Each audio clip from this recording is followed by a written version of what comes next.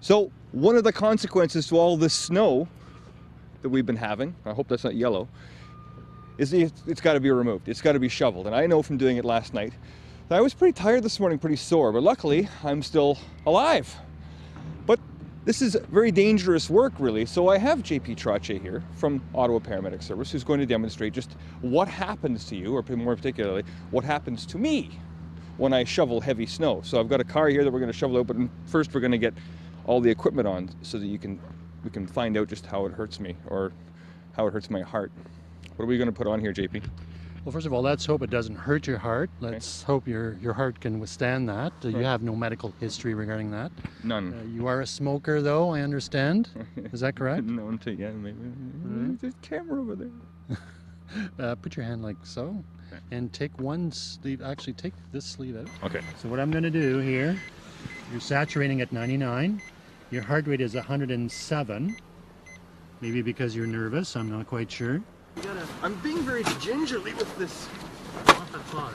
You're off at 5. Okay. Uh-huh.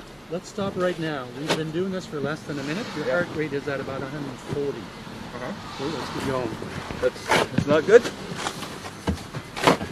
Oh, you're the one that's barking at me to go faster. Ooh, it's the heavy stuff, eh?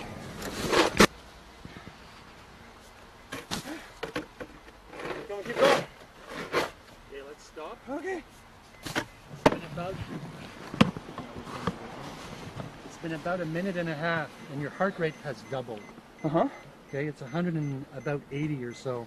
It's starting to come down a little bit. So, you know, this is the load that you're putting on your heart. So if you have little blockages you don't know about, you could be in deep trouble because the oxygen is not getting through that small blockage, even if it's a partial one. Okay. So that's why that people with any chest discomfort, when they're especially doing work like this, stop immediately. Right? Any pressure in your chest, shortness of breath, you will have shortness of breath. We all So if do. I was shortness of breath, because I'm exerting myself, but if I felt chest pressure, it'd be like, uh-oh, there's a blockage or something, so I should stop. I hate that sound.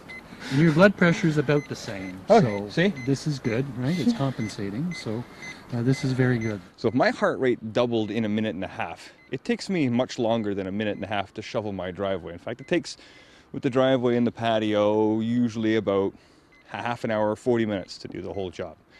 So what would happen then, JP, if I kept going? Would my heart rate just stay doubled, or would it go even higher?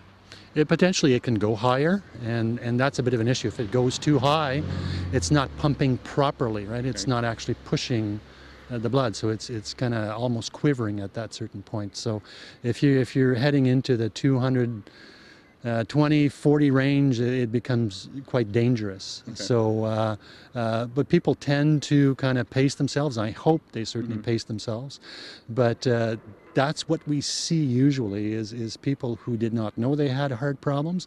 They kept going because they need to finish the driveway. They don't want to leave it for later on, and they push themselves and push themselves and push themselves, and usually disregard any chest pain, thinking it's the action of shoveling and maybe muscular in nature, and they keep pushing, and all of a sudden they just drop. So you gotta pay attention, pace yourself, and better yet, pay somebody to do your driveway.